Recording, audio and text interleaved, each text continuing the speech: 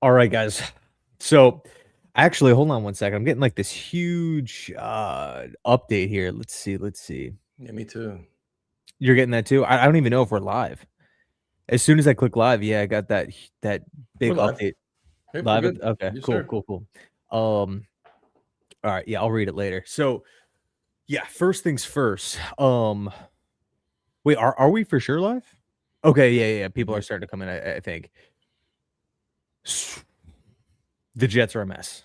No, Jets no, are a this mess. is not how we start this. Yeah, We start I this by wanna I wanna saying I wanna start specifically by saying something first, okay? yes. Which is we're sitting here again.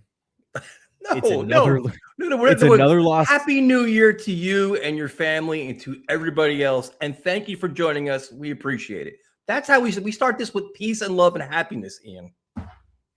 Uh, hey, am I lagging on my end at all? Because it's all coming in choppy. I might have to end this and then You're restart it good on back my up. side. Good. Yep. Okay, cool. Yeah, I guess we could just run it if everything's all good. But no, what I was gonna say initially was I just want to thank the fans. I want to thank you guys watching, hanging out, because without you guys, it's shows like this, especially in seasons like this, like it makes it possible to do, and it also makes rooting for this team a lot more bearable and a lot more Yeah. fun because without God, if I had nobody to talk to, I mean, rooting for this team would just it's already miserable as it is. Watching how Mhm. everything's playing out. I couldn't imagine just being by myself watching the team and not really having anybody to talk to with it. So I appreciate everybody, man. Jordan, Scott, John, Dylan, Kadun, everyone in here hanging out. You guys are truly right the reason why this show exists. So thank you Yeah. guys, and yeah, I guess with that we can roll right into it. No, you're right though. There's a million different podcasts and channels and all these different things. And the one thing is we're all in this together, man. We all have the same goals. We want to see this team finally turn the corner, become a playoff team and a championship team and watch enjoyable football and a great offense. We all have the same goal. And just I think right now is probably the angriest I've ever seen this fan base. And I've seen a lot of things over the years, but we're all frustrated, man. We're disappointed. And you're looking for a light in the tunnel. And for some you don't see it, some you do. And the arguing and everything else. It's just tough, dude. But channels like having this channel helps a lot, dude. Because you see different opinions, but you also see that. Listen, we're all in this together, man. It's just not easy. It's very very difficult right now. Yeah. Yeah. I mean, the Jets are like literally in just this historically bad situation when you look at like some of the Yeah. defensive ranks. Losing is one thing, but you're also looking at the fashion with how this team is losing, they show up and get blown out. They show up the next week, they get blown out. Doesn't matter who we're playing, doesn't matter where we're playing, we show up and we get blown out. And then I think for me, honestly, the thing that pisses me off the most, even more than losing, even more than getting blown out to division rivals and whatnot, the thing that bothers me the most is the Aaron Glenn press conferences where he says something and then the next day there's like, at least to me, it comes across as like damage control. Yep. Like, I mean, because it's not just some one time thing that's happened. It's being talked about now because it just happened again against the Patriots. But to say something, to question the effort, which is already a little bit of a slippery slope, a little bit of a tightrope walk to kind of try to cross, right? Mhm. Very touchy subject when you start questioning not only just the effort of players but also coaches. I mean, what are we doing here? Like how could a coach not give effort? Like what the hell is going on? Wilkes Yep. has already been fired, but you, I mean, questioning that is already questionable as it is. And then to come back the next day and say, never mind, I watched the tape and the effort was actually there. Well, why was it said in the first place? What makes you think that the effort was in question to begin with? So it's just stuff like that that just really, really bothers me. He started off when he was hired as the New York Jets head coach. He started off as a ball of fire, confident, arrogant. He had conviction. He had all this pride. He had all these things. Fast forward to the end of December, he looks defeated. He looks deflated. He looks in over his head, and it's like his whole promise of accountability and changing the culture. When you hold people accountable in press conferences, that's your statement to your team, to your fan base, to everything else. When you backtrack, like, dude, what are you doing? You look soft. Like you look like you don't have a feel for the team. You're losing your locker room. You can make an argument the team quit on Sunday. I can make the argument very well. To give them credit for fighting back in the fourth quarter when the Patriots had their third string in is embarrassing. Like, he's talked himself into a much bigger problem as it is. Like, think about how he's handled everything from the media, everything down. He held Brady Cook more accountable than he ever held Justin Fields. That's crazy. Like, you see different things. And the biggest problem I have is you're not seeing signs of improvement. And that's all we've asked. We didn't say win 12 games. We didn't say win 10 games. We said, we admitted you're probably going to start out pretty slow. There's a learning curve, new offense, new defense, new quarterback. We'll get it. But show progress, show development, show us players that are getting better. You're looking at 16 games. You're not seeing much of that at all. And that's the problem. Like, we're not asking for a lot, dude. We're really not. Just show us something. And he's not even doing that. And he talks about it, and it's like it's getting worse. The results are getting worse. And now we have so many more questions than answers that everybody's really frustrated. Totally, man. K, dude, I appreciate you, bro. I mean, you're pretty much, I think, in every stream, and I always hear your comments. I always love looking forward to what you have to say, not only just on my channel, but on Tyson's channel as well. 100%. And I appreciate the super chat, man. And then Jason, man, super generous. Thank you guys for still making awesome content throughout these awful seasons year after year. Well, the good news is one more week, and then we can dive into off-season stuff, which is really, really exciting. Those are honestly my favorite videos to make, because I love kind of the build and adding talent and free agents and all that stuff. And I mean, this is shaping up to be, whether Glenn is here or he's not here, this is shaping up to be one of those years where we're making a lot of moves and we are adding a lot of talent, free agency, trades, draft picks. Like, I think there's going to be a lot of really, really cool stories and reports and signings and stuff that break throughout the off season. So I'm looking forward to that. And yeah, Jason, like I said, I appreciate you. But Tyson, man, like, you're spot on. Like, I don't like walking back the comments. Nope. Aaron Glenn owes nothing to the media, in my opinion. I don't. I'm totally fine if he just comes out and just gives vanilla answers, because it seems like the more he talks, the more there's ammunition against him. Yeah, but there's more things that he walks. Go ahead. I would have so much more respect for him if he went into the press conference Sunday afternoon being thoroughly embarrassed at his home stadium where Mike Vrabel's mocking him by calling timeouts and everything else. It was a complete joke. If he actually showed that same fire and anger that he showed week one, like, be in there pissed off. Don't be soft. Be like, today is unacceptable. What my players did today was unacceptable. What my coaching staff did is unacceptable. This has to stop. Don't be soft and sad. You don't need that, because right now, all these young, impressionable players are looking towards him. Coach, what we see right now is the same thing we've seen here for the last 3 or 4 years. Brees Hall, Jermaine Johnson, Quincy Williams. This is all they know is losing and excuses. And they're looking at, how are you going to lead us out of this mess? And the only thing he's showing us, he can't, because he's not doing it. He's backtracking. He looks soft. He has no answers. He fired Steve Wilkes. Nothing changed there. It's actually gotten worse. Like, it just seems like it's all becoming one big firestorm for him. And it's the struggle is it's all these young players that are learning this now. And the other problem you have is, what's really bothering me the most, this is why I've been so mad for 2 days now, is this team has no pride, dude. They're not playing with any pride. Armand Membu showed more in his anger with the almost fight than the entire goddamn Jet team did. Like, he actually cared. Like, he's actually mad about losing. He doesn't want to get pushed around. The other guys are lifeless zombies walking around. Like, well, another day. Let's stay healthy and get out of this season. Let's get out of this season healthy. Like, Isaiah Williams and Membu seem to care more than a lot of his teammates did, and that bothers me, because that's on leadership, dude. That's a big leadership issue there. Yeah, totally. And another thing I will say, in the credit of Darren Muji here, and I guess the new regime, Aaron Glenn included, it's that we're not new to this, man, with player comments and pointing the finger, and it's trying to talk about things and frame things to where it's nobody's fault. It's everybody else's fault except for my own, but everybody has that mentality. We're seeing it a lot from the Saleh, the guys that have been here. I want to say outside of Olu. Yep. And Tittman, like, a lot of these new players, Armand Membu, Mason, Jarvis Brownlee, Juan Briggs, Harrison Phillips, like, it seems like every new Brandon Stevens, all these new additions don't seem to have this attitude issue. And I think that bodes well for the Jets fans moving forward. And it's kind of like a seed of some sort of truth or some sort of positive that we can get behind moving forward.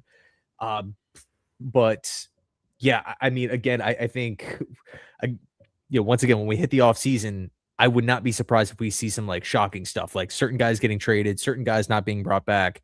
And that's assuming Glenn comes back, which I'm still not 100% about. This is going to be a long discussion that I think it's going to be a constant debate tonight, tomorrow, the next day, until the season ends. It really until Black Monday. Should he come back? Should he get fired? And I mean, we can spend 2 hours on it, just on that topic alone. But yeah, it's things are not looking good right now. And the question I have for you is: listen, I understand both sides of firing Aaron Glenn and not firing Aaron Glenn. We all know all the situations.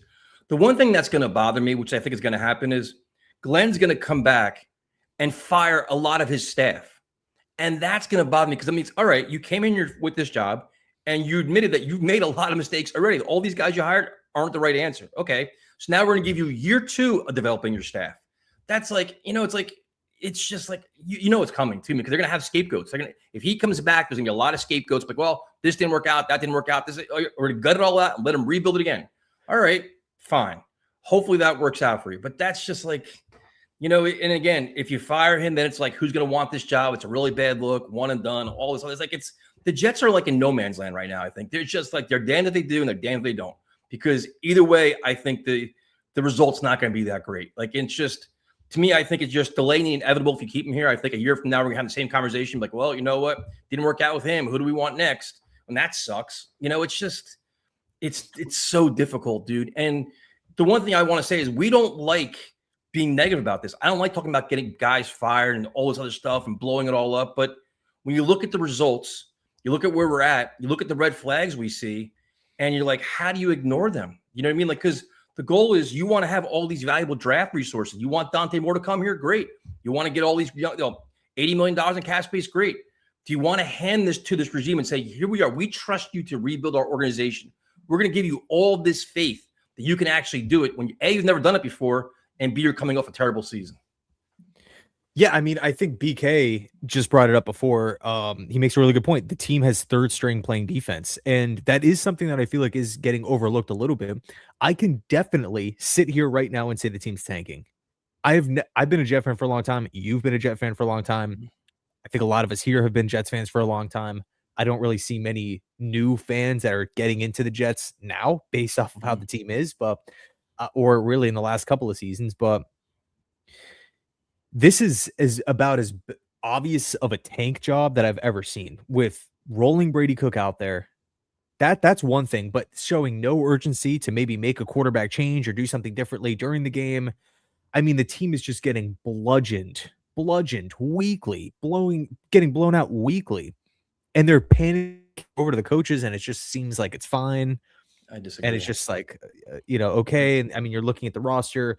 I can make a case that, 5, 6 of these players aren't even, obviously they're not starting caliber level, but some aren't even backups. Some of these guys won't even be in the NFL next season. And I'm not talking about 1 or 2 players. I'm talking about like rotational guys, players that the Jets are asking, hey, can you play 40, 50% of the snaps? Both on, not so much on offense because we have the offensive line solidified, but when you're rolling out an undrafted rookie at quarterback weekly with a healthy Tyrod Taylor on the roster, and you have a bunch of just backups all over the place on defense, it just doesn't, like, bro, I stopped doing preview videos it's the first time I've ever not done preview videos for games because the team is just not serious. Like, what is there to preview? Are the Jets coaches even looking at these games? Like, do they want to win? Are they even attempting to win? What is taking place throughout the week? So can I ask a question? I got to ask this question. Yeah. So now we're going to lump in the last 2 games is, well, this year the Jets were undermanned on defense. They're playing terribly. No, the Jets haven't been tanking all season. They tanked on Sunday. The fact of the matter is, look at the players on defense. Is Will McDonald a bum? Is Jermaine Johnson a bum? Briggs, Harrison Phillips, Jamie Sherwood, Quincy Williams, all these guys are on the field. Teams all across the NFL have injuries on defense, and they find ways to get stops. The Jets are down 14-0 and 10 minutes into the game. They didn't even compete. So I God. don't listen. I understand you're playing Watts and McGregor and Stiggers and all these other guys. The Jets also have quality high-level players here that aren't performing at all. They've regressed. That is on Wilkes. That's on Glenn. Week in and week out, it's been like this. This defense has been terrible. No interceptions, 16 games. You can friggin' what's his hat? He had 2 last night. Watts, the guy from Notre Dame. Like, Yeah. I get that the tanking thing is fine for now. Let's not ignore the other losses for this team. How are the Saints getting better every week? How do teams all across the NFL deal with injuries and still have to be able to compete? And the Jets can't compete because now they're tanking. These young guys, if anything, should be hungrier than anything. They should be lighting everybody up. They should be playing fast, physical, nasty, showing some fight, not getting pushed over, not arm tackling, not running to make a tackle. Like there's a lack. They quit on Sunday. As a team, they quit. There was no effort whatsoever there. You could be happy with the loss. I'm not excusing this defense all year long, dude, especially from a defensive-minded head coach who should know better. This is bread and butter. They've sucked all year. So I agree with you. The defense literally all year has been a major, not just concern. Oh, they're the 22nd ranked defense. They're the 20. No, they have been horrible. They cannot get after the passer. They cannot take the football away. They cannot get off the field on third downs. Runs stuffing is inconsistent. Some weeks they can do it. Some weeks they don't, which again points to opposing schemes and opposing players and whatnot. So you kind of have to like find your favorable matchup for it to be a strength. And if that's the case, I don't consider it a strength if you just so happen to match up in that, in that regard. But I think when you define the word tanking, what is tanking like at the most fundamental level? It's putting your team in a position where it is the hardest for them to actually win the game. And I think over this really since December, I don't even know if the Jets are trying I'm not talking individual players. I'm talking from a coaching organizational standpoint. I think it's pretty obvious to recognize what's going on here. I mean, if Glenn was truly putting everybody out there that he believes gives them the best chance to win, well, what about the comments that were made a month ago about Tyrod Taylor? Yeah, And Brady Cook has been that impressive in practice. listen, But I agree with you. I'm just looking into the definition of what a tanking football team looks like. And I think if you show someone the 2025 Jets in December, they would say, okay, you know what, this team, I'm not saying they tanked from the beginning. I think probably starting 0-7 was a reality check. Trading the star players at the deadline kind of further cemented, okay, this is going to be, we're going to be taking a step back here. And now you're factoring in the injuries. I feel like organizationally they looked at it and they just said everyone's going on IR and we're packing it in. That's my outlook. I understand what you're saying. I agree with what you're saying. Listen, I agree to tanking. Playing Brady Cook, who's obviously in over his head. They could say they're giving a young kid experience. He's clearly terrible. We know that by now. He can't throw the ball. He can't do all kinds of things. I get that. You could play Tyrod. Tyrod wasn't there. I play Herndon Hooker this Sunday. Don't care. My problem is, even though you're tanking and you have all these young guys on the field, that you still need to see them compete. You still need to see them fight. You still need to see them be coached up. And that's a problem because it's not just these last few weeks. Like, has there been any game this year where we walked away saying, you know what, the Jets outcoached that team? Like, wow, the Jets really brought some schemes here, minus special teams, of course. That game plan was phenomenal. Man, they really did something here. We've never said that once this year at all. The Jets have never come off well coached at all this year. Never. And now it's like, I just don't like seeing young players not competing, not fighting, not looking prepared. And the defense, even though I don't know, man, I understand there's young guys there. It could be much better than this. And there's teams all across the NFL. Ian, look at the Falcons last night. You look at the Saints making a run. So a lot of these teams now, they're making little runs or just being competitive, which is all we're asking for. You got a no-show. And you're probably going to no-show this Sunday too, which is fine. Listen, tanking, everybody's happy. Write it off like, oh, they're not trying.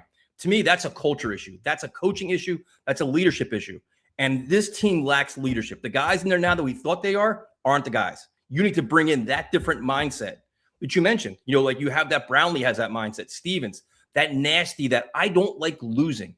This team's too used to losing. A lot of these guys are used to it. Jermaine Johnson's becoming one of those guys where he's just like, well, this is what we do. And, and that's a shame to see. Bro, we talked about it. I want to say 2 months ago when we were talking about bringing in players that are jerks to, and there's pushback. Well, they might ruffle feathers in the locker room. Good. We need some of those players. We need guys that aren't used to losing. We need guys that want to win. Not saying that everybody here wants to lose, obviously, but we need some, like, I am totally fine if we want to add some guys to the locker room that want to 100%. shake things up, and we'll hold players accountable. Yep. Like Connor Hughes put out a tweet linking, or basically saying that Wink Martindale was a name to watch for the Jets DC job. Talk about holding people accountable. He legit called out Daboll and got fired, right? They had to go their separate ways because of the working relationship there. So obviously that's not set in stone. That's, a ways off here. There's still over a week. We still have a game left this season, and who knows if that's even true or if that comes to fruition. But if Glenn's going to stay, we need players to come in and really out with the old, in with the new. We said it when Glenn was hired. And I think a lot of Jets fans were a little confused on like, okay, well, Glenn's a first-time head coach. He's not really bringing in former Lions.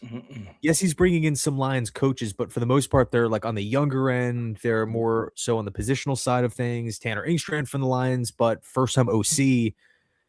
I would love it. Wink is one thing, but I still want a veteran mind on offense. And not player coach that you've mentioned before in the past to kind of come in and help, again, hold players accountable, try to put players in a position to have success and help out the staff. Norv Turner was one of those names, but you mentioned Todd Haley, I think literally before the season started. And Todd Haley has been, and quick side note, I'm not necessarily looking for jerks. I'm not necessarily saying, oh, we need to hire hotheads, but I do think it's important to add coaches and players to this organization that find losing disgusting and unacceptable. Losing's going to happen. I mean, look at the Ravens, look at the Steelers, look at the Chiefs. They've missed the playoffs with Andy Reid. Losing does happen. It's inevitable. The Lions have missed the playoffs now, but you can tell, like, Dan Campbell's legit crying in press conferences. When Mike Tomlin loses a game, he looks sick to his stomach.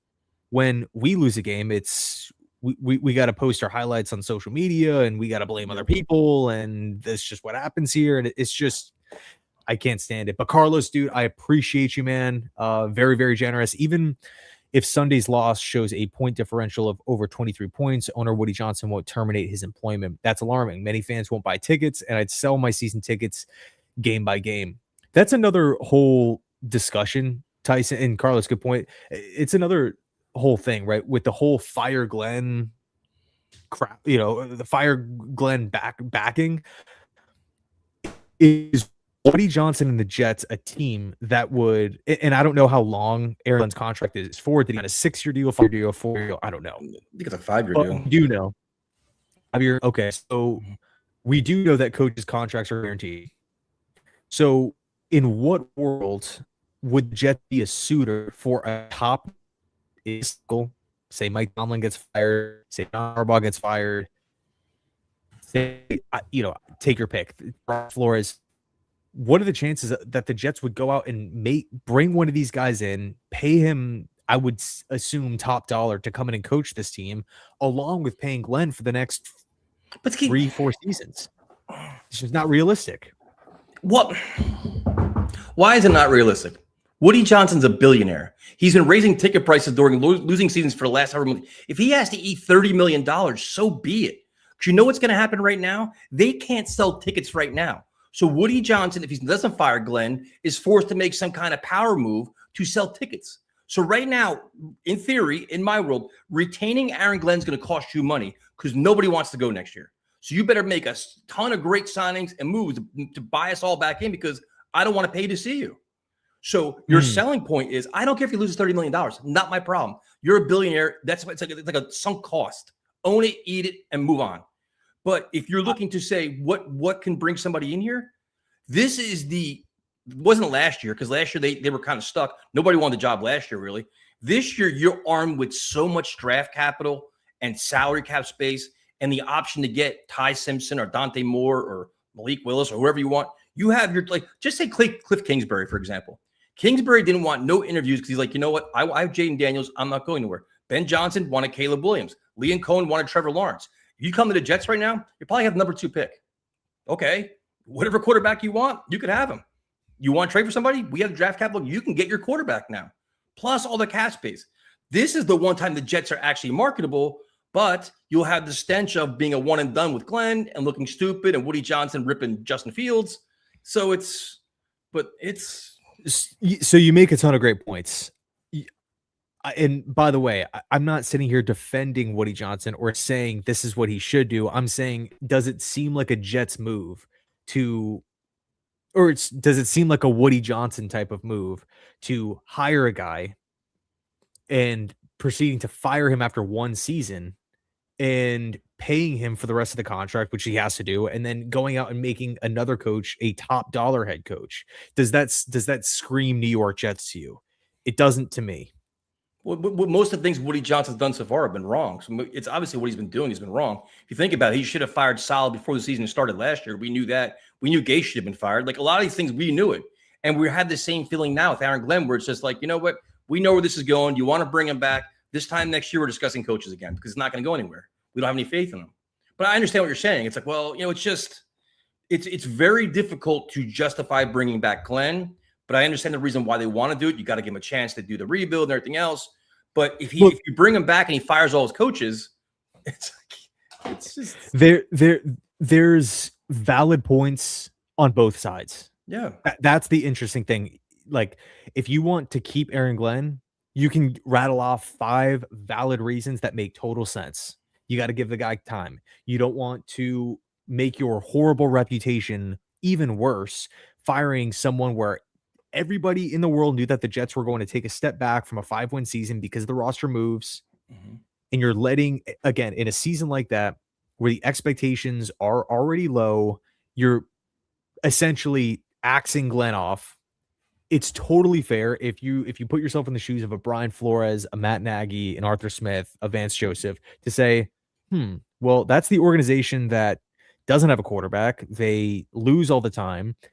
They're not historically considered a quote unquote well-ran organization. They fired Saleh after the 5 games, and they just made Aaron Glenn a one and done, who was a former great player for them. I don't want to be the next Glenn. I'm going to go to Tennessee. I'm going to go to the Giants. It's fair to assume that would be a thought that would run through someone's head. Yeah, but you could play devil's advocate to that too, though. Okay, you don't want to fire him. Fine. We're going to run it back. Who, if you're Wink Martindale, do you want to come coach for Aaron Glenn, who's potentially on the hot seat next year?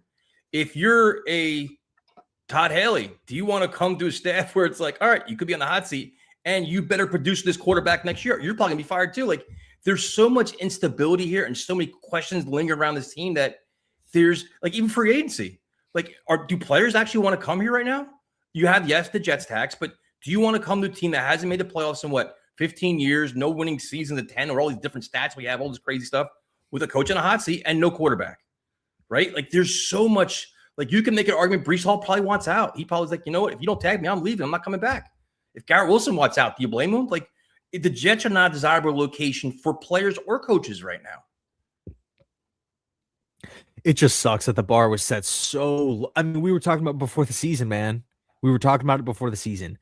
Can we get 5 wins? And we will not be getting that. Nope. What other fan base is looking at going into a season saying, man, if we could get 5-6 wins, that would be a solid, base to build upon? No other fan base is doing that.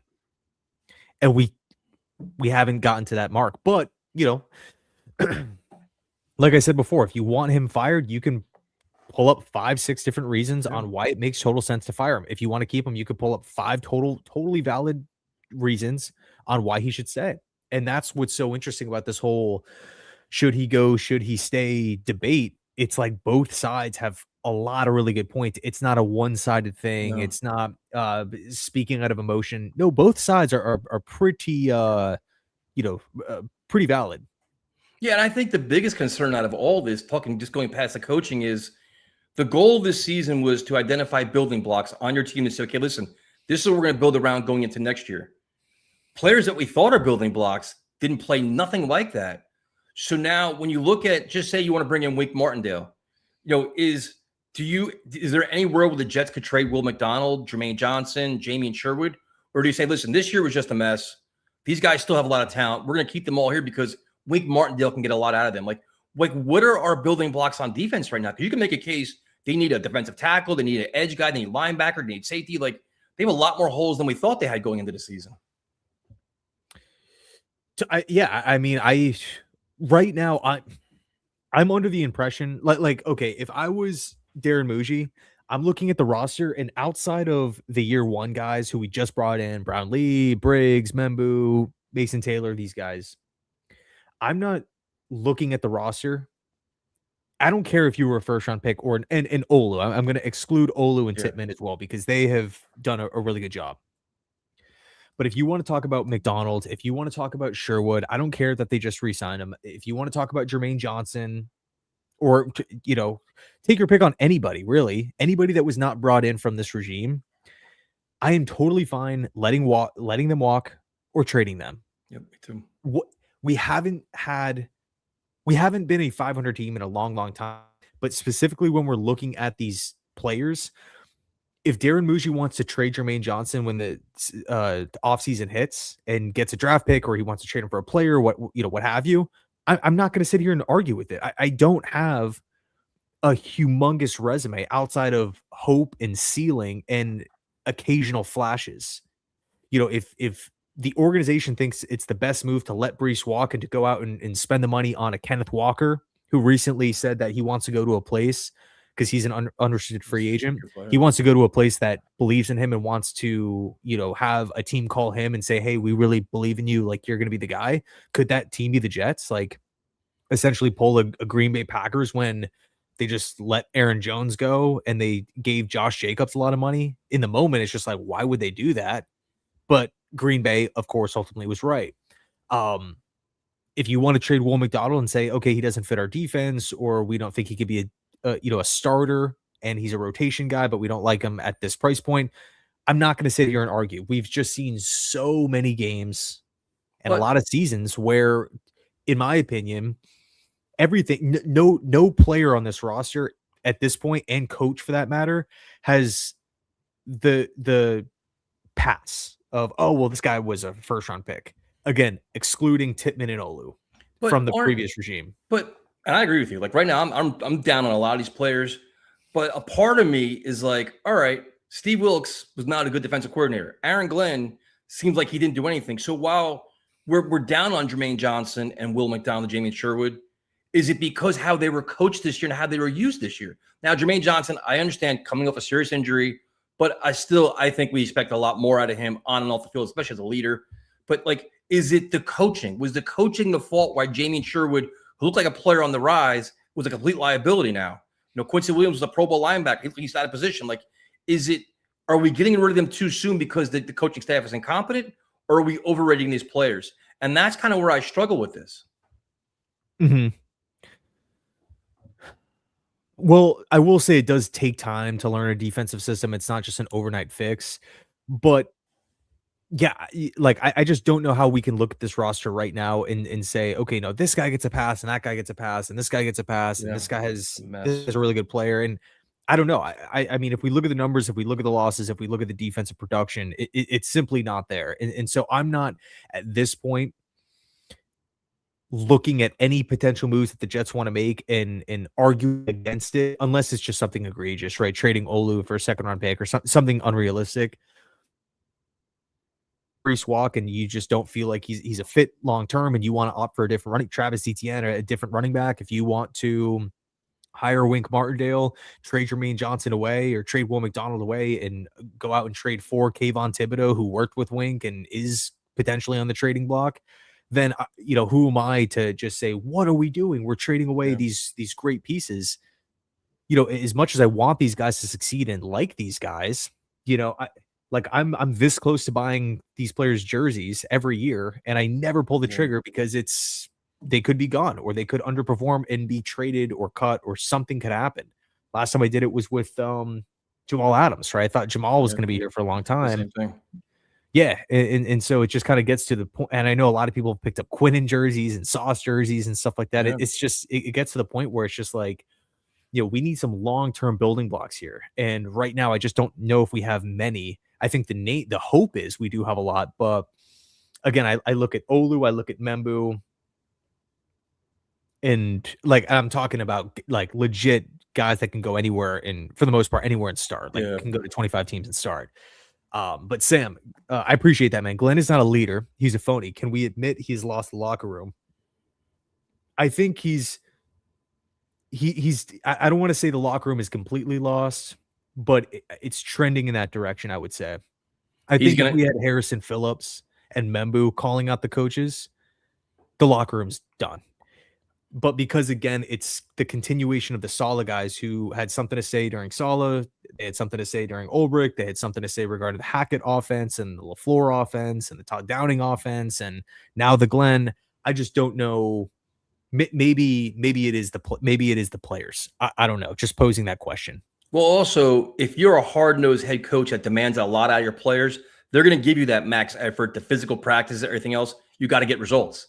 If you don't get results, like, listen, man, you keep pushing us, we're not getting the results. I'm like, that's where you start losing credibility. That's where you start losing respect.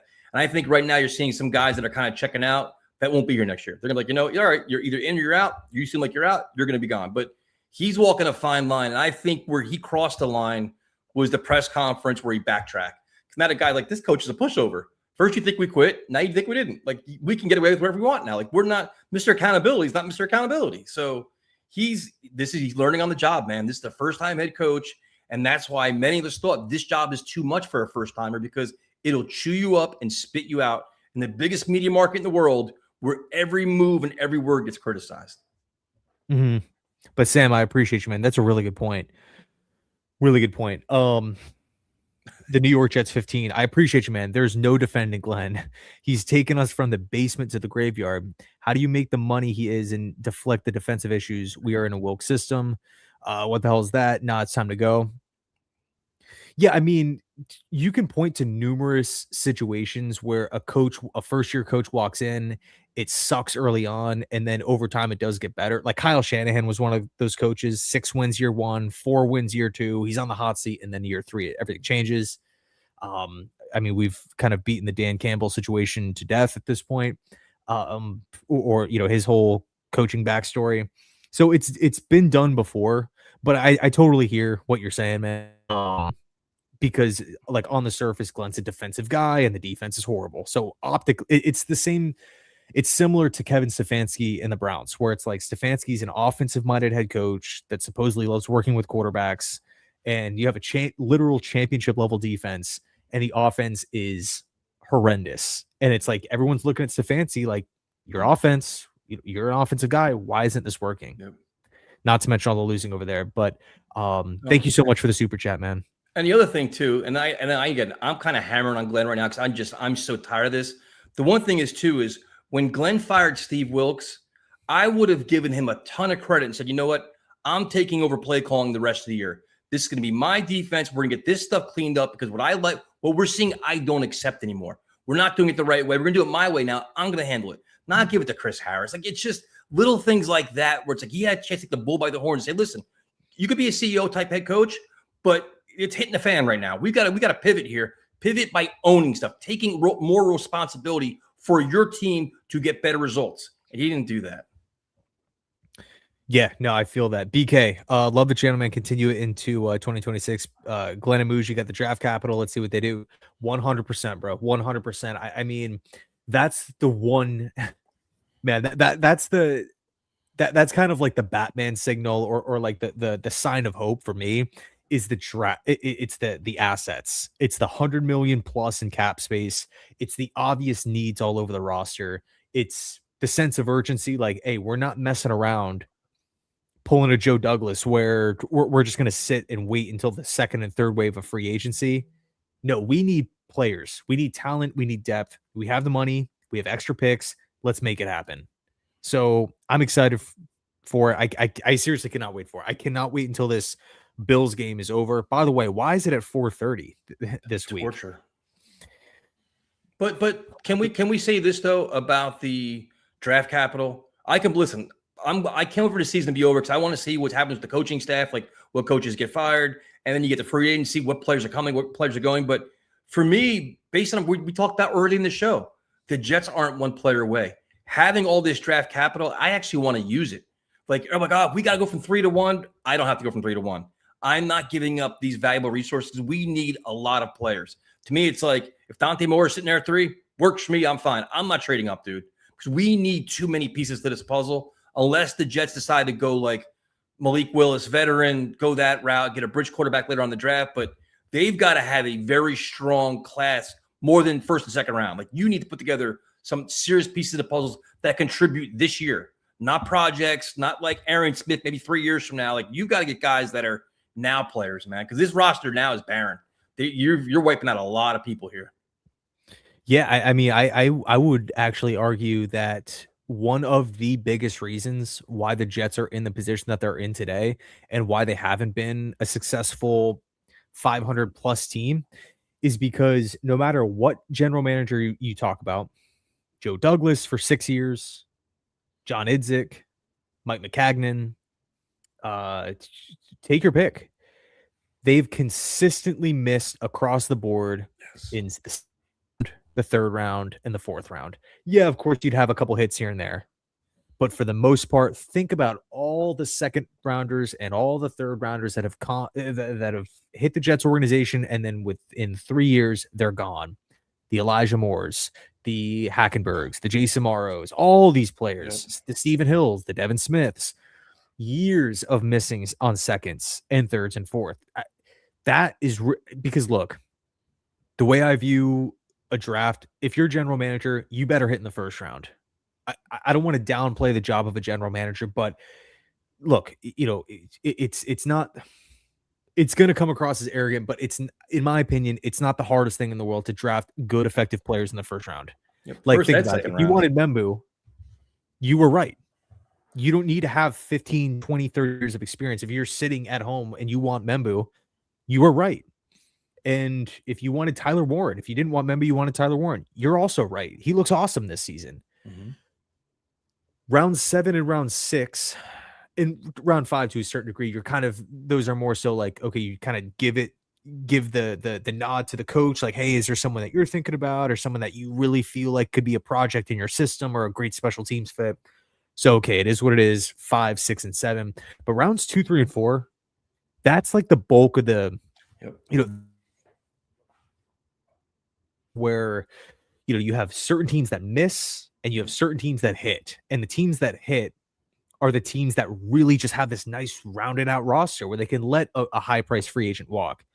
Well, you know, why would we do that? Well, we drafted someone in the third round 2 years ago who's been waiting in the wings and he's a good, effective player, and we could just play him now. So I think that has been one of the biggest issues with the Jets, and there's nothing we can do to really change that outside of hitting on these picks moving forward. And again, I agree with Muji, or no, I agree with you, but I trust Muji. No, you nailed it. Like, build through the draft isn't first and second round. Build through the draft is getting contributors in all the rounds, every round. And it's like, you've got to be, so say if they're fifth and sixth rounders or fourth rounders, all right, you're learning your way, special teams this year, but by year 2, year 3, you're working your way into a role player, a complementary player where you can be a competent backup, all that. The Jets haven't had that. Malachi Corley, perfect example. What has he become? Nothing. Like, you look at all these misses where not only are they bad, they're not even here anymore. That's even worse. So over all the years, now you have all these, just your back end of the roster, middle roster is a mess. And now you got to start building it back up. Quality free agent signings, your mid-tier signings, all that. The Jets missed on a lot of them this year too. A lot of miss on that. So that's how you fill out your roster. It's great to have the top free agent. Great to get Brandon Stevens, but you need more out of your guys like Josh Reynolds, Stone Smart, and all these other guys.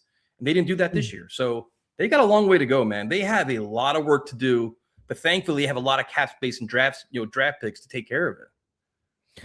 Yeah, and so Jets 15, man, I appreciate your super chat. Saying that the expectations were low is a cop-out. He told us fans would be proud, blah, blah, blah. That's BS. Every bad team improved but us.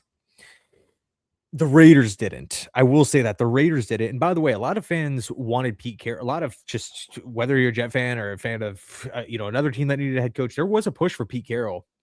And Pete Carroll has experience, players coach, culture builder. running the worst team in football and could very well be a one and done.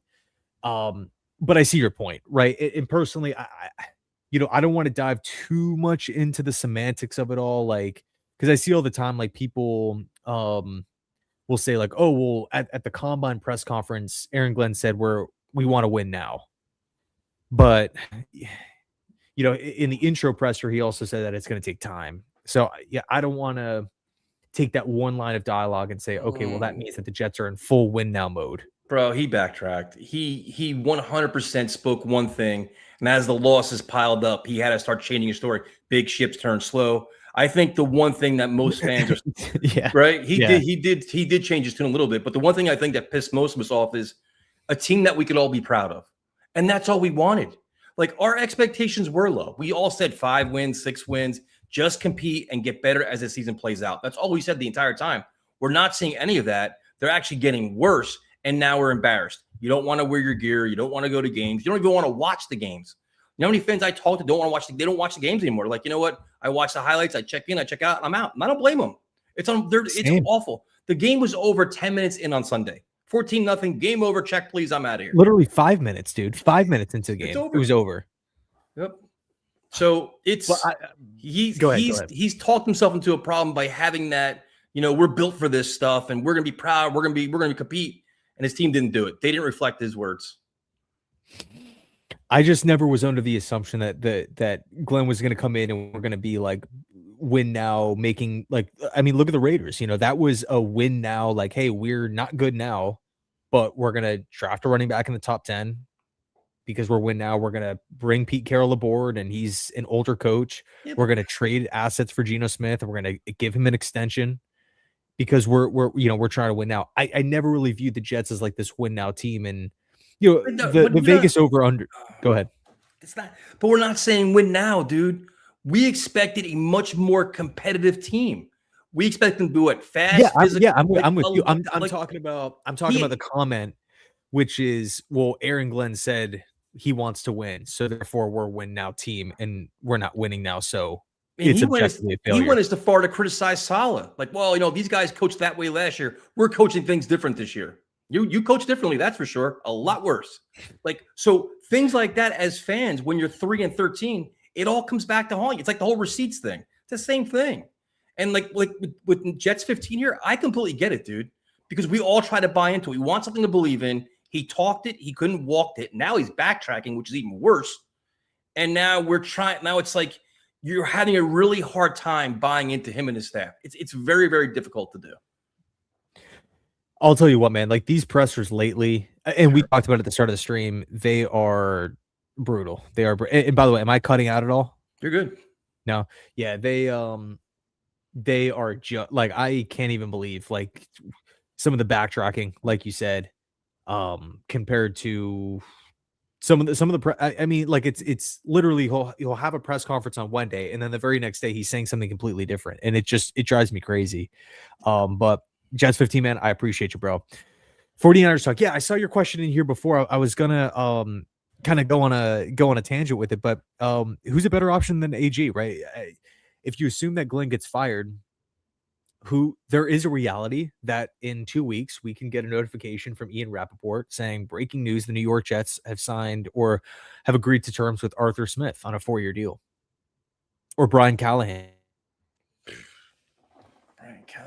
Like that is real. Like it's fair to assume that could very well happen. And we would get a follow-up report suggesting that the Jets search was tumultuous and nobody wanted the job and Woody has to overpay and things like that. Like that if that happened, I wouldn't be like, oh my goodness, who could have saw this? Who could have foresaw that? So it's a totally fair question to ask here. 49ers talk. I mean, I'll let you take it away first. What are your thoughts on it? Well, there's a lot of better options than Aaron Glenn because the better options are all not first-time head coaches. Like that's the thing. But the problem is in the last hiring cycle last year, they pissed a lot of these guys off. Like everybody's, go get Mike McCarthy. Mike McCarthy's not coming here. He's just not, because you've already pissed him off. Like I like Brian Flores a lot. We wanted Brian Flores last time. So all these guys you didn't interview last time, or you did interview like a Vance Joseph and didn't get the job, Like, bro, now you want me? If you blew it this year, I'm good now. So there's a tough thing. The only thing that could change things is if guys get fired. Like I saw in the chat, like if a Stefanski comes available, an interesting guy, Stefanski, Mike Tomlin, John Harbaugh, guys like that become available makes it interesting. Tomlin and Harbaugh are not coming here. No, but I'm saying but those are names that are better options. Mike Vrabel was a better option. He didn't want to come here. The problem is they're going to be out there. Can you lure him here? Probably not, because of all the actions in the past. Yeah, there's a realistic element that, unfortunately, it is what it is, and we just have to, roll with it. But, in the event that Glenn were to be fired, Flores, going right back to last year, he was my number one option then. Realistically speaking, he would be my number one option again this cycle. Would he even entertain the Jets? I'm not sure. But I think Vance Joseph would probably be the front runner because of the connection to Muji, right? Muji didn't hire Glenn. He wasn't interviewing Arthur Smith. As we all know, the Jets hired the head coach first, and then the head coach helps bring in the general manager, which has very rarely worked out in NFL history. But again, that's where we are. So you would imagine that Muji and I would hope Spielman still part of the squad. They would kind of lead the search, lead the charge. And Muji does have the working relationship with Vance, and Vance's stock is at an all-time high. And I know it won't sit well with a lot of people. And it's understandable because he doesn't have a track record of winning. He hasn't developed a quarterback, and he hasn't really found a quarterback either. But again, I think just realistically speaking, we're not going to be getting John Harbaugh's not coming to the Jets, or in the event that he's gone, or Tomlin's not coming to the Jets. I just don't see that. And if they do want to bounce back into coaching, like I could see Tomlin with the Giants. Yeah, I could see McCarthy with the Titans. Yep. But I mean, last season, the Jets were literally ranked on multiple lists as the least desirable job. And so if you make Aaron Glenn a one and done, now, like, what message does that it's one thing for, us to kind of look at that and have an opinion on it because we're living it, we're breathing it, we're seeing it every day. But if you're a random coordinator across the country and you're just like, the Jets are calling and the Titans are calling for an interview, and you're like, well, wait, that was the team that fired Saul after like 5 games, and they just fired Aaron Glenn, and they were already pretty not so desirable to begin with. I think I'm gonna sit down with the Titans first. Yep. And so I think that's maybe a potential problem that the Jets run into. But you made the point before about the draft picks and stuff, which is a great point. That's the only possible selling point to lure in somebody is draft picks, cap space, full control of the team. But I'm talking about experienced head coach, listen, we'll give you full slate of personnel. Like, we'll give you the power you want to rebuild this because we're that desperate. Other than that, they ain't coming here. They're absolutely, especially when you had Woody Johnson criticizing Justin Fields 5-6 weeks ago, which was ridiculous. Like, the Jets can't get out of their own ways in certain situations. If you add a one and done in the mix, it definitely makes it harder. You've got to put all your chips on the table and pay the guy $15 million a year. Yeah, even if firing Glenn is the right move, that wouldn't stop like a lot of the national media outlets from the headlines, television shows, talk show hosts, Jets, classic Jets, one and done in a season. Yeah, like that. But that's what I'm saying. It's just something that is. But it's the same story now. Jets have to deal with. If the Jets keep Aaron Glenn, the media could say you're keeping one of the worst coaches in football to now rebuild your organization with all these assets. The Jets are screwed either way. They fire me, look stupid. You keep me, look stupid. They can't win right now. It's the bigger question is, if you don't fire him, how do you rebuild this staff? And the one point you made before, I cannot agree with more. It's great to get Wink Martindale. Wonderful. I want somebody that's senior offensive consultant for Tanner Engstrand. If you want to get Dante Moore, if you want to get Ty Simpson, don't say, here you go, Charles London, Tanner Engstrand. Go enjoy developing this quarterback. No. You bring in a veteran mind here, dude. An established NFL offensive veteran mind has been doing this stuff for 25 years and have him in the building with you. Like they have Rich Spielman with Muji, have that guy with Tanner Engstrand. Same kind of, they have to, dude. Glenn's got to get more quality veteran established coaches on the staff. It's a absolute must, or he will fail tremendously next year. He will. He'll be gone by week 12. Yeah, and this is something that all of us Jets fans were talking about a year ago that should have happened. just trying to think of like random offensive, like veteran names that are, Bill not. Callahan's out there, isn't he? The offensive line guy. He's a Yeah. So, phenomenal offensive line coach. Bring him in? Why not? Like, dude, yeah. you So can't have enough resources on the staff. he left. He was with the Titans and he left when his son got fired. Yeah, I mean, Callahan makes sense. There's actually like quite a few older offensive names that you can like potentially throw out. Like Jay Gruden, that's a name who's Oh just yeah, like he's on Twitter watching games. I think he does podcasts and stuff now. Like, just give him a shout and just see like, hey, like, what are you up to? Again, you mentioned Todd Haley before the season even started. That's someone who's really interesting, right? Because again, offensive guy, veteran, been around for a long time. He's he's not got with. ties in I don't believe Barcelona. he's with the current team. Yep. One name that I'm thinking about, like, just again, it might not be everybody's cup of tea, but in the event that the Jets draft Ty Simpson, you can potentially try to sway Bill O'Brien from Boston College. And Bill O'Brien has a great relationship with Ty Simpson. They were at Alabama together.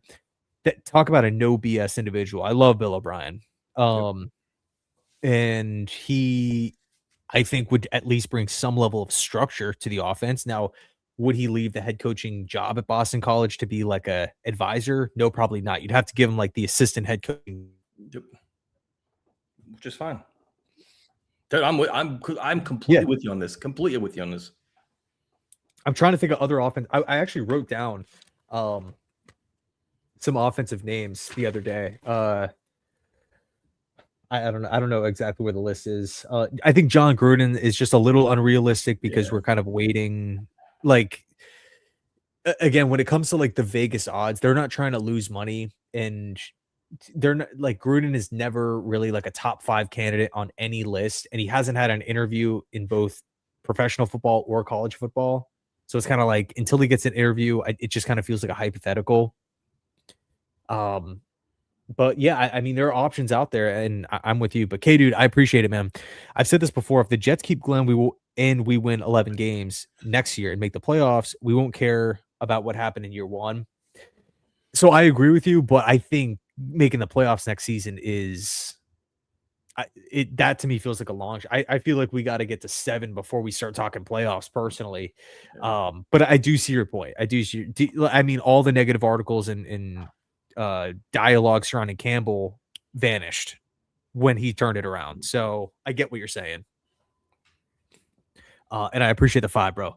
James, dude, thanks so much, man. Opportunity. That's the true AG question. What do we lose? Last year, I see all those big names. This year, I don't see any worth it immediately.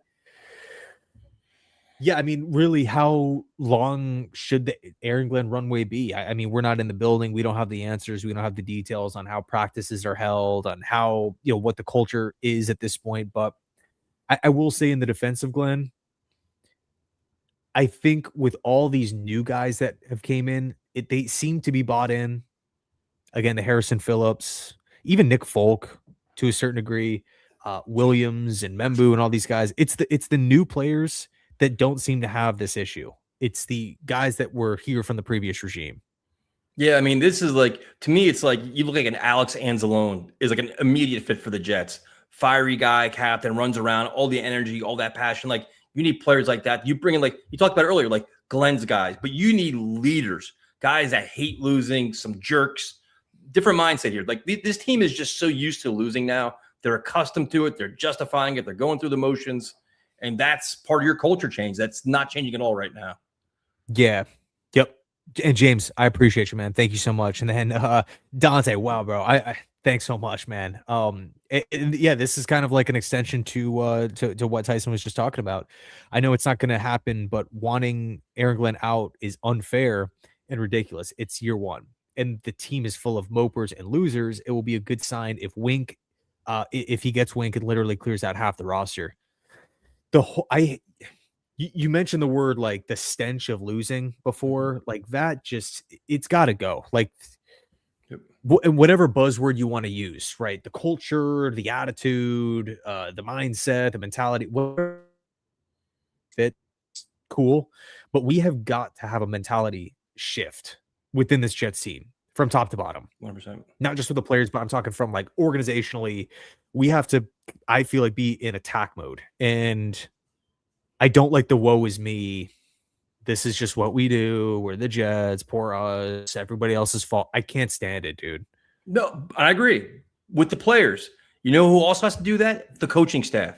You can't be deflated right now if you're Aaron Glenn. You can't be backtracking. You've got to be still keep your personality, keep your fire, keep your passion, and demand pride from your players. There's nothing worse than watching a team getting pushed around, mocked, laughed at on the field, and they're taking it.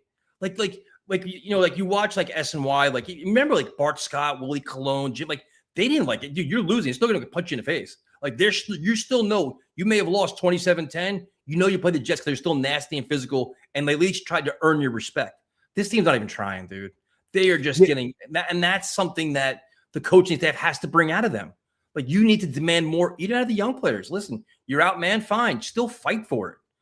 That's something. That's a mindset. That's a culture of a locker room. Yeah, and the only two players, to my knowledge, that have done something like that, where they've stepped up in an interview, or even on the field and started, causing a ruckus, right? Calling out players, hey, you got to do better, or what have you. Literally, Armand Membu last week against the Patriots, fighting the guy. Yep. And then when we first brought in Jarvis Brownlee, he came in ruffled feathers. Like, no, you guys, like, this is not like the coaches are putting us in a position. You guys need to communicate better. I just got here. And I mean, he's in year 2 of his NFL career, and he's already vocal and trying to step up and trying to, do and say the right thing from him. Harrison. But Harrison. Great call. I forgot about Harrison. And like I even remember, like, before the season started, there was like that small story or that small concern about like why Sauce wasn't a captain on this team. Yep. And it's just like, the big name players so far on this, on the Jets squad, they're not really the guys that are breaking down the huddle. It's Harrison, it's John Simpson. It for the most part, it's the new guys. So yeah, it's unfortunate, man, but I'm with you. Like, we have to have this mentality shift. And like I said before, man, I really appreciate the super chat. And my Jets fandom, dude, thank you. What could we get for more? What could we get for more at 3 if Mendoza's gone? Good question. So they're saying Dante Moore is there at 3. We don't want him. We want to trade back. So somebody wants Dante Moore as a second quarterback in the draft. So trading back. Okay. That's I haven't even thought of that. I would say Arizona would be interested in coming up. I would say if Miami 100% moves off of Tua, they would be interested in coming up, although they have a lot of roster holes.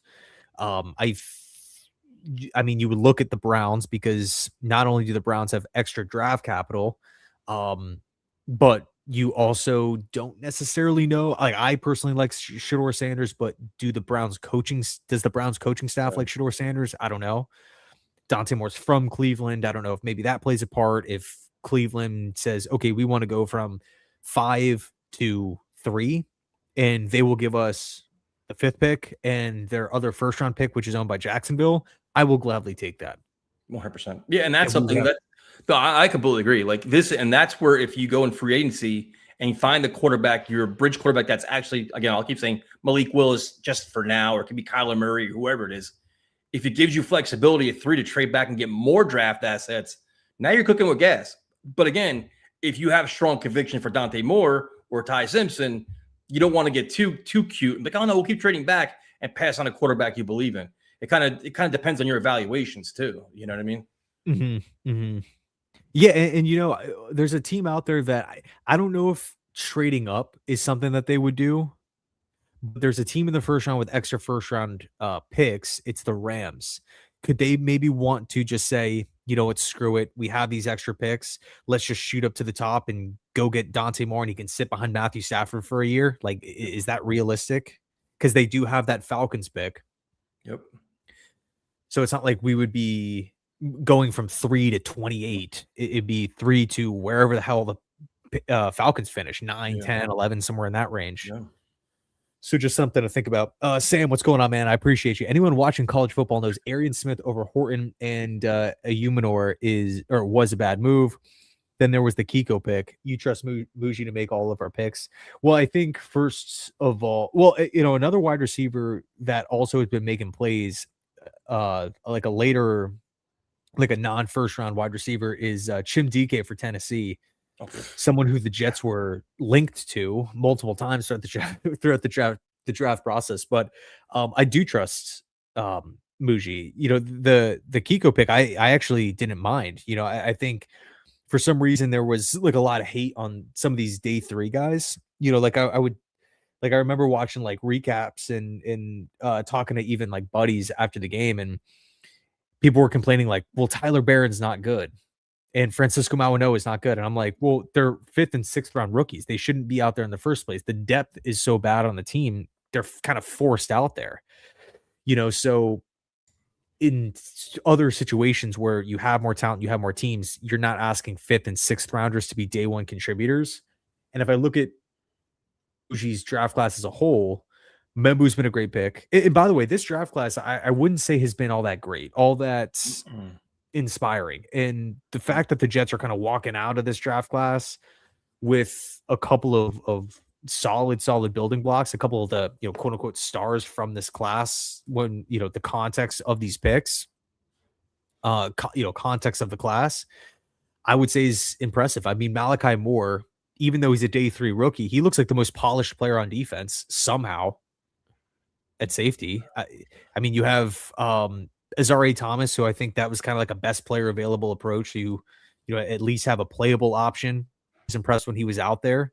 Mason Taylor in progress, but I mean, the handling of the wide receiver position has not been ideal for the New York Jets. It hasn't. Their plan was what? Tyler Johnson, Josh Reynolds, Malachi Corley, all these guys, and it's pretty much blown up in their face.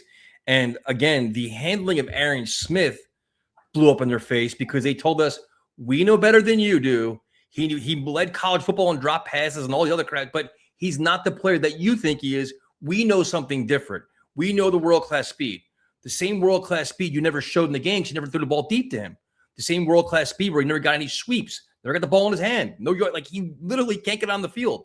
The only thing he's doing is playing freaking special teams, making tackles at a position of need. So again, this is where Aaron Glenn's mouth got him in trouble. And the fact that players barely contributing makes it even look worse, especially in a lost season. Like, dude, and right now, Aaron Smith should be playing the entire game, catching 5 passes a game. He's not even out there. Yeah, it feels very much like the Malachi Corley situation where the Jets picked him, and at the time, people were behind the move. Like, okay, we're hitting a position of need. He's an exciting player, but then the Jets come out and they're like, there's all this, all the about how he was one of the Jets' higher rated wide receivers over guys like Brian Thomas and I mean, take your pick, Xavier Worthy and Keon Coleman, all these different guys. It's just, it's just kind of like, why even dive into details like that? Like that stuff doesn't really need to be known to the public. You had the whole like text chain between Saul and Joe Douglas that somehow became public, which I thought was kind of odd. But Sam, I agree with you and Tyson. The Jets wide receiver room has not been good outside of outside of Garrett here. But I will say I do think it's a pretty easy fix. Mm-hmm. If you sign Jawan Jennings, if you sign a Romeo Dobbs, if you sign an Alec Pierce, if you draft a Carnell Tate, a Jordan Tyson, a Denzel Boston, someone like that, Mekhi Lemon from USC, all of a sudden the wide receiving room, even if you sound like Wan'Dale Robinson in the slot and then draft another perimeter guy, like just with those, quick, smaller moves, all of a sudden, the wide receiving room goes from a major liability to something that is exciting, which is really cool. So, Sam, I appreciate you, man.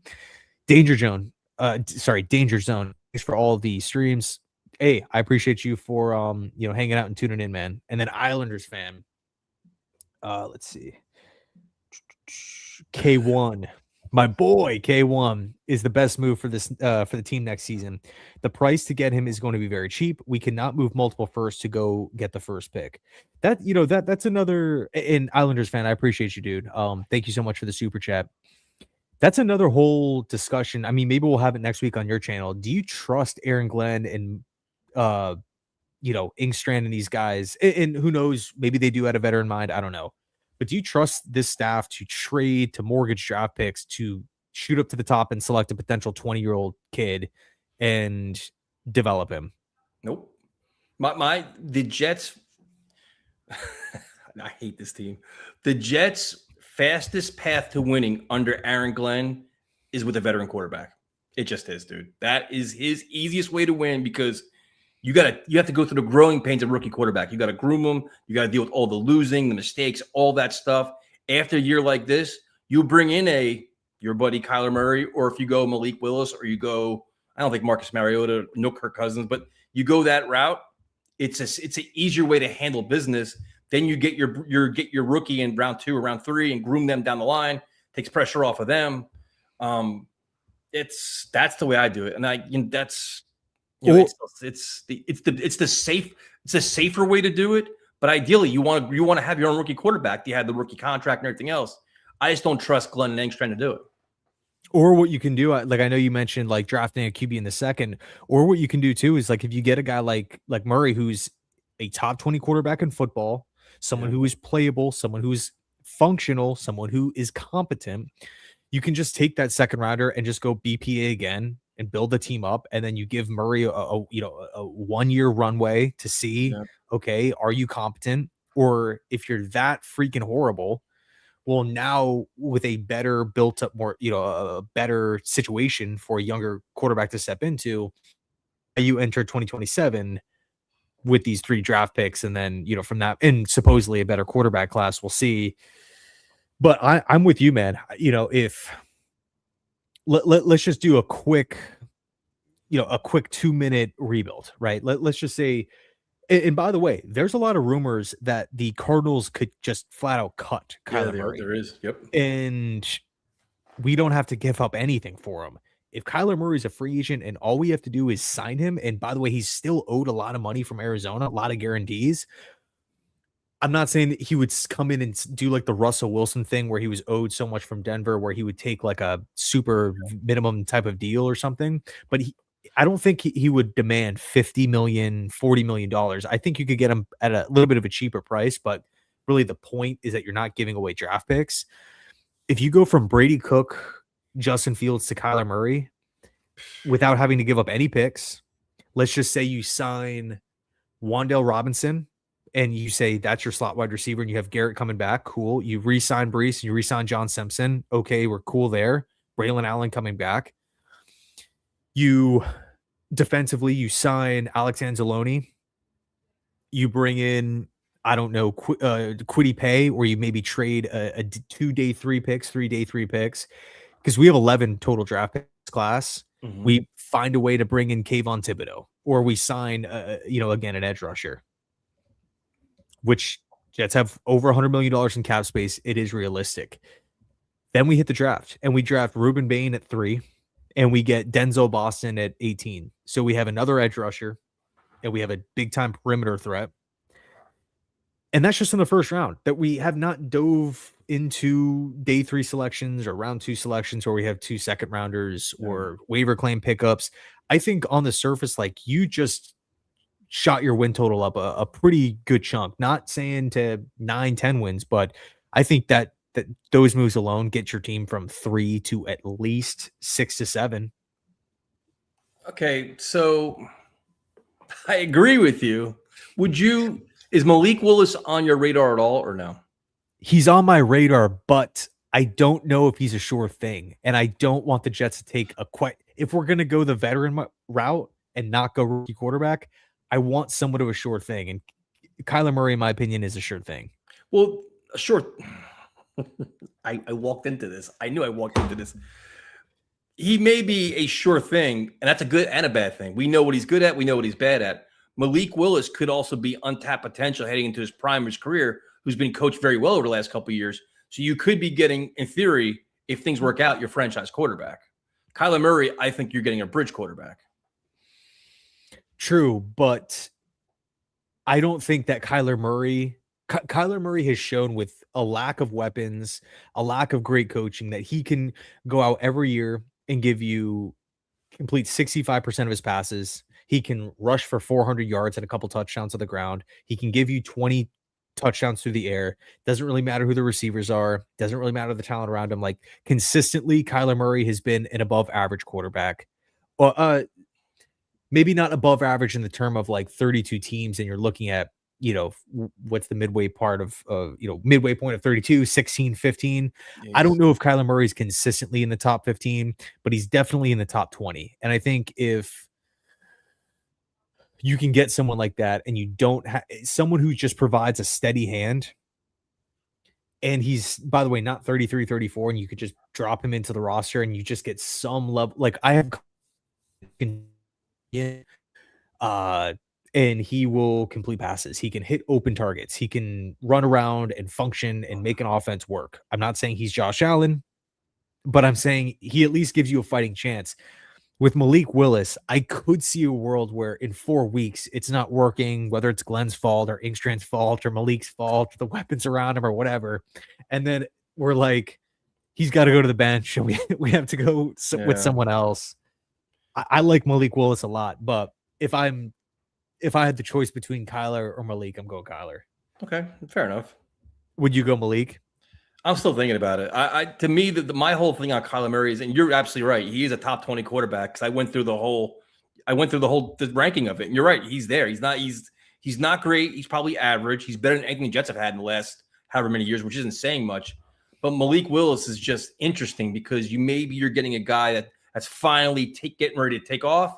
But again, you're only as good as the coaching you get too. So he could be a bust. He could be something.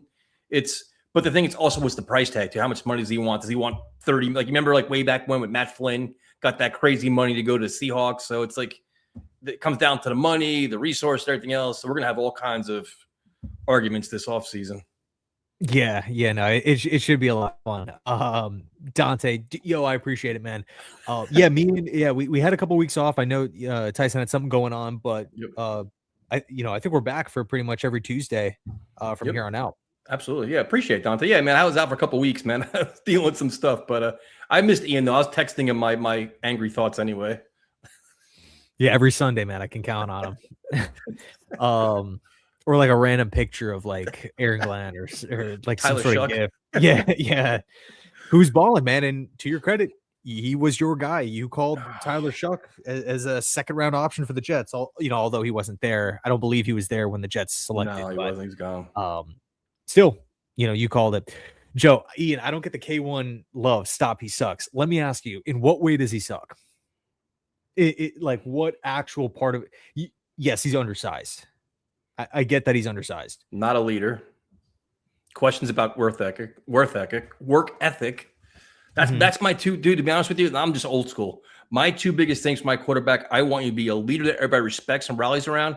First guy in, last guy out. You've got to be that guy where the team follows your lead. Like, to me, like, we all hate the Bills. I love Josh Allen. He's that guy. You could tell he's the heart, he's the pulse of the team. That's what you want your quarterback to be. Kyler Murray's never been that. And that's what kind of bothers me with him. But even though first of all, my question is, let's assume that he's not a good leader at all. He's a horrible leader. Does he have the ability to change? Baker Mayfield was not considered someone in Cleveland that was like, he was like a rah-rah guy, but he was not really like, he would have like questionable comments to the media, some like coaching stuff, and he would talk about like his injuries.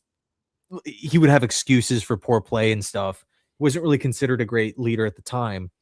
But I think now if you ask Bucks fans, like, hey, like, is this guy a leader? Like, a lot of people say, yeah. So is Kyler Murray? Cam Newton was like that as well. Early on in his career, he was not considered a leader. He actually shared a story about like how Derek Anderson kept beating him to the facility every day by like a good chunk, and Cam Newton was always second to arrive.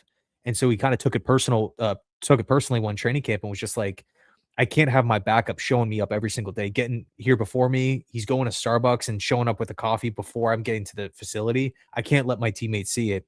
And he said that moment was kind of a fire was being lit under him to kind of take on this leadership role. And that, I think, happened like 3 or 4 years into Cam's career. So that would be my first question. I don't I think it would be maybe foolish to say like Kyler's incapable of maturing.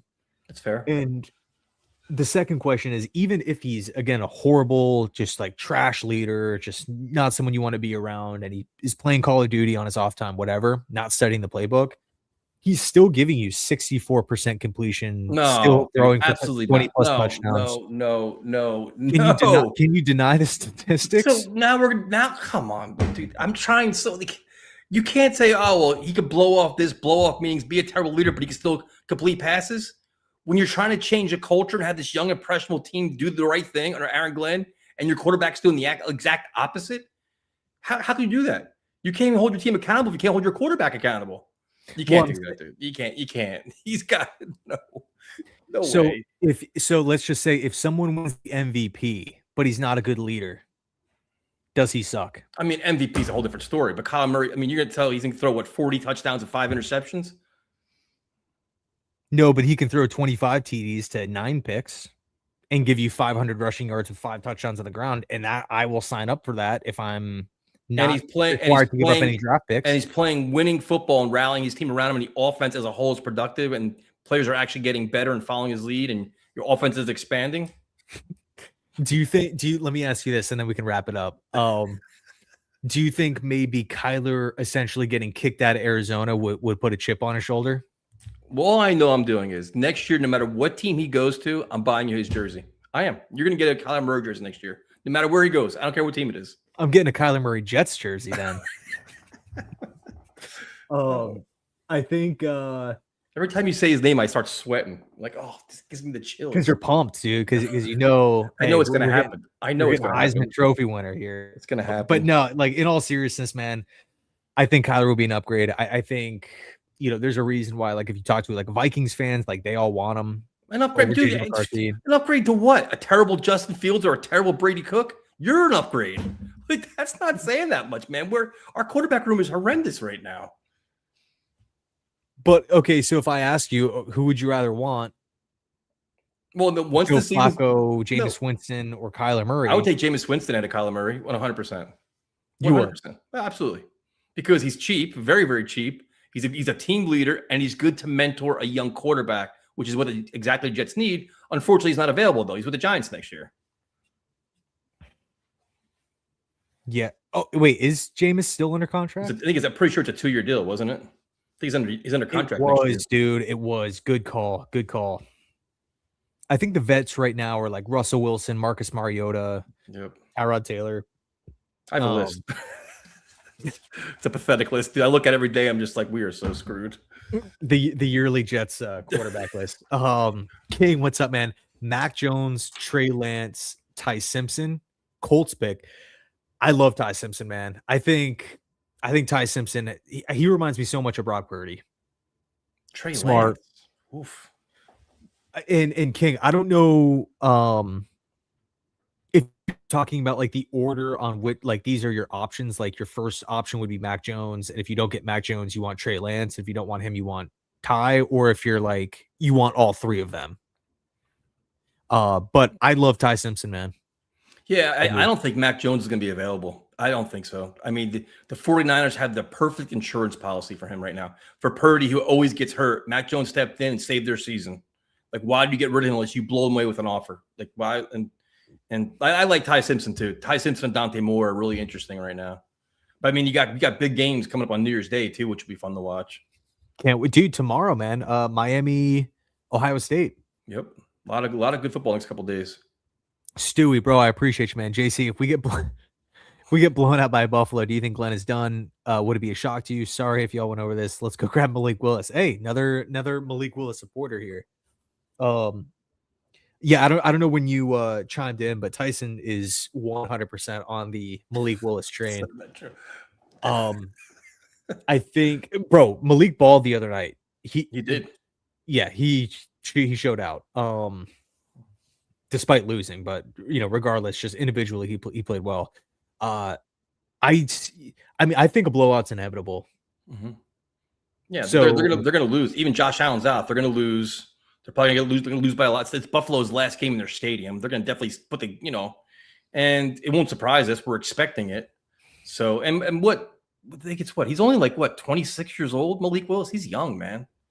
Yeah, I mean, and also if you look at where or how he performed with Tennessee under Vrabel, he looked unplayable, but he's really, taking it upon himself as well as, you got to give credit to Green Bay and whatnot. Like they've completely changed. Like he looks functional. Like he looks like he could read a defense, throw accurate passes. He's not afraid to just check it down. He can run too. And also he's cheap. I don't really feel like he's going to be, 2 years, 80 million. No, he's going to probably have an opportunity to start somewhere. Yep. Yeah. 100%. But Stewie, I appreciate you, man. I don't think Glenn is done, but I wouldn't be stunned if he's fired. I guess is kind of how I would word it. What about you?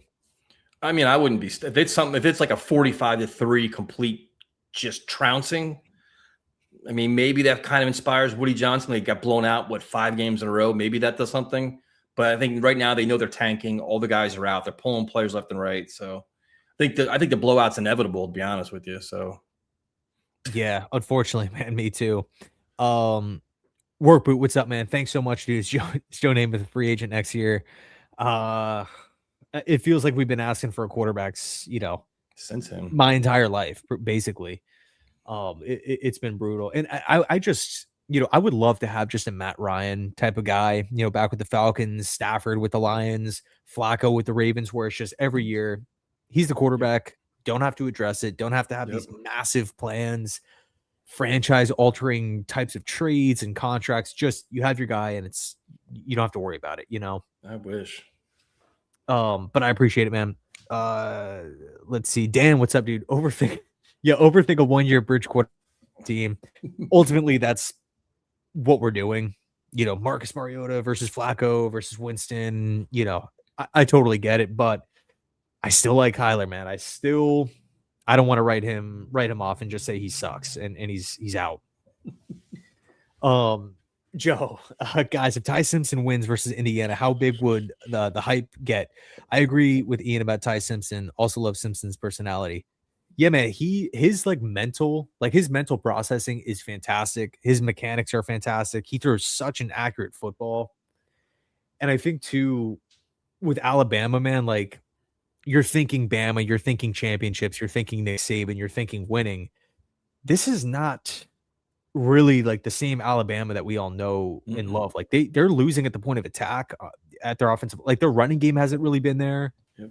You have guys dropping passes. Ryan Williams, who is just so much burst and speed, leads college football in drops. The defense isn't as ferocious as we're kind of accustomed to seeing. So you see that Bama helmet and the logo, and there's a bit of a mirage there. I'm still kind of it took me a little bit, even when the Patriots were losing a bunch of games, it's whoa, that's still, there's still this mystique around the logo and around the team, but it's that's not actually who they are right now. And I think with Alabama, Simpson's almost carrying that team to a certain, I'm not saying he doesn't have help, but when I watch Ty Simpson play, I just don't feel like he's the reason why they're losing. I don't feel like he is holding the team back. I think he's putting the team on his back and he's kind of pulling them forward. Just my take. I know a lot of people prefer other quarterbacks and a lot of people are out on Simpson, but personally, I think I would definitely entertain drafting him. He's a tough kid too, man. He takes a beating. He takes some enormous hits, keeps getting back up, keeps throwing. Like he said, he deals with a lot of adversity and a lot of pressure, a lot of big time games. He's not a day one starter for me. He's a guy you draft. Okay, listen, let's groom him a little bit. Play week 10, kind of what the Giants did with Jackson Dart. Kind of all right, get him in there, get him comfortable, have somebody else, and do it that way. But it's these next 3 days are going to be huge for Dante Moore versus Texas Tech. How's Mendoza going to do? I already have people telling me now that this Dante Moore is better than Mendoza. The Jets are getting Mendoza because Dante Moore is going to go 1. It's all over the place. I think the overreactions this weekend are going to be crazy, dude. Yeah, for sure. And also too, man, it's not just the quarterbacks. We have Arvell Reese and Ruben Bain and Sonny Styles and Caleb Downs and all these different guys that are going to be on display too. Not to mention Georgia, Ole Miss, and there's a couple of prospects too in that game. Especially if you're talking round 2 for the Jets. So it should be a lot of fun, dude. I can't wait for the college football playoff. But yeah, man. Overall, I'm just excited. And Joe, thanks again, dude. But I think that's gonna wrap it up for us. Is there No, no, anything no, else no. that you want Hold to cover? on. Hold on. Oh wait, Level I of think I know what's coming. level of confidence Sunday. Jets Bills at 4:20 in the last game. It's just brutal, dude, to watch this game at 4 o'clock on a Sunday. But level of confidence, man, that they'll lose by less than 30. Actually, you know what's crazy? I was looking at the spread. The spread's going down. I think the last time I checked, it was like Bills -6. Josh It, Allen. it started at 8.5, and now it's down to 6. I'm like, what? Like, this is crazy. Well, I mean, considering either of us don't do the preview videos anymore because we're questioning how serious the team is, my confidence level is 0. But how many points would you give? Would you give 20? I don't, to be honest, I don't think the Bills are really going to be. I could see the Bills winning by 20. Yeah, like if the spread was Jets +20. Oh my god, I can't even believe we're like, this is even inconsistent. Like, this is a talking point, but I mean, I don't like if the Bills receive and they go right down the field and score and it's 7-0 with 13 minutes left in the first quarter, it's just like, all right. But just do a quick game breakdown. The Jets can't tackle, they can't get sacks, they can't get interceptions, they can't run the ball, they can't catch the ball, and they can't throw it. Other than that, this can be a very competitive game. But we might have a couple special teams returns. That's true too. We got special teams. Okay, do you think launching them in from 50? Do they get an interception on Sunday? You know what? I'm going to say they do. I'm going to say that I'm going to say they do get a pick. That's the bold prediction for the week. Who gets the interception? Brandon Stevens. I'll go Malachi Moore. I think Malachi Moore gets it. Tipped pass. Malachi Moore's there. Gets stuck in his helmet, and he had no choice but the. Or what would be fun is if they get a on-field ruling of an interception, they review it, and maybe it's like the ground helps them or something, but it's too late, and they just give it to the Jets. So like technically it's not an interception, but which would just be classic Jets. But no, or they get the interception, it's called back as defensive holding or something. Yeah. What's crazy too? It's like that stat is so wild, but off the top of my head, I can literally think of 5 picks that the Jets defenders have had in their hands, but they just simply dropped. Like they picked off Rodgers twice, but they dropped them. They picked off May 2 to 3 times. They dropped all of those. Yep. I think Bryce Young had an easy interception over the top, and it was dropped by, I think it was Tony Adams. Yep. Like there were plenty of, like, the picks were there. They just simply didn't catch the football, which is just absolutely crazy. Like it's a talent. Like if you're a corner and you don't have a pick all year, a fan would look at that and be like, how good are you? Like, at least get one.